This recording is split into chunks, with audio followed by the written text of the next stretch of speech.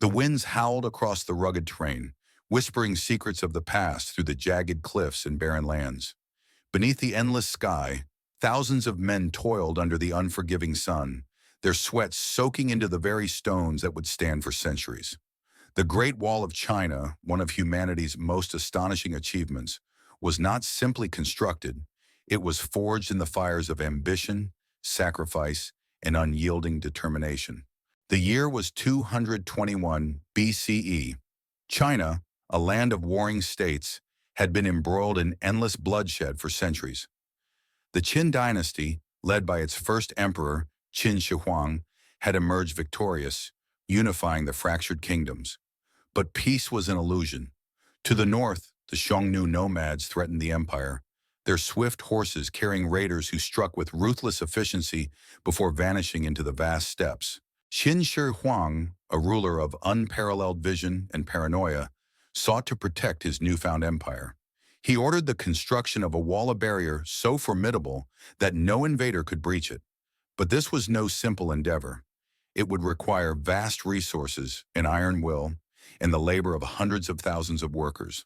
The emperor's decree swept across the land like wildfire.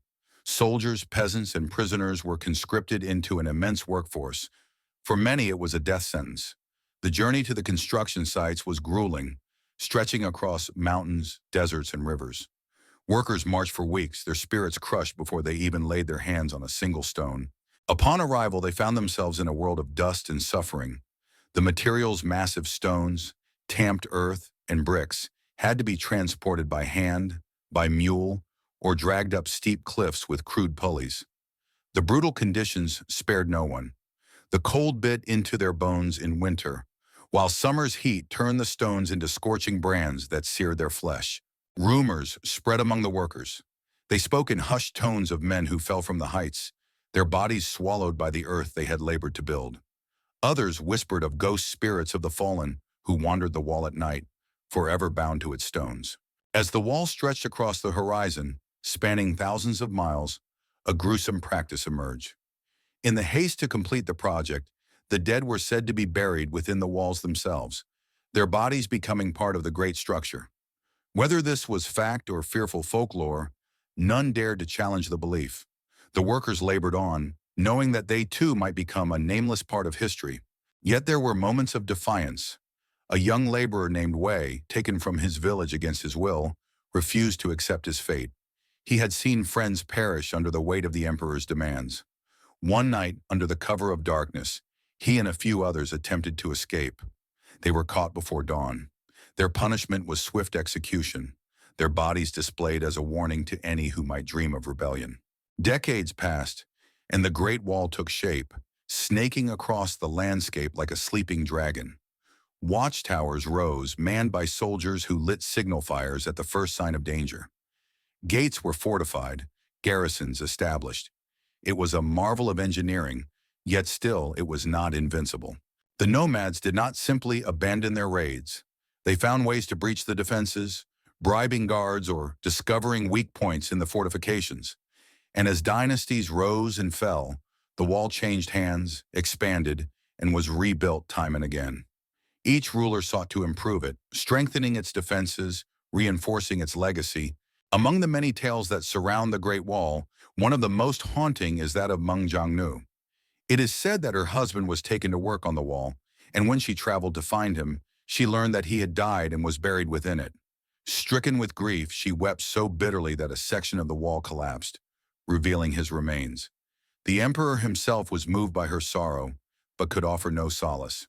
Her story became legend, a symbol of the countless lives lost in the wall's creation. Centuries passed and China evolved. The Ming dynasty, centuries after Qin Shi Huang's reign, reconstructed vast portions of the wall, refining its architecture with bricks and watchtowers that still stand today. Yet, despite its grandeur, the Great Wall never completely prevented invasions.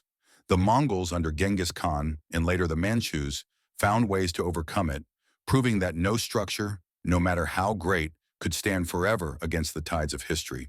But the wall was never merely a military barrier. It was a symbol of China's unity, resilience, and determination. It bore witness to the rise and fall of empires, the struggles of those who built it, and the dreams of those who defended it. Today, the Great Wall of China stands as one of the most awe-inspiring wonders of the world. Tourists walk its ancient paths, tracing the footsteps of those who toiled, suffered, and perished in its making. The wind still carries their whispers, their struggles etched into the very stones. As the sun sets over its towering battlements, one cannot help but wonder if the stones could speak. What stories would they tell? Of the emperor who envisioned the impossible, of the countless souls who gave their lives for a wall meant to stand against time itself. The Great Wall is more than just a structure.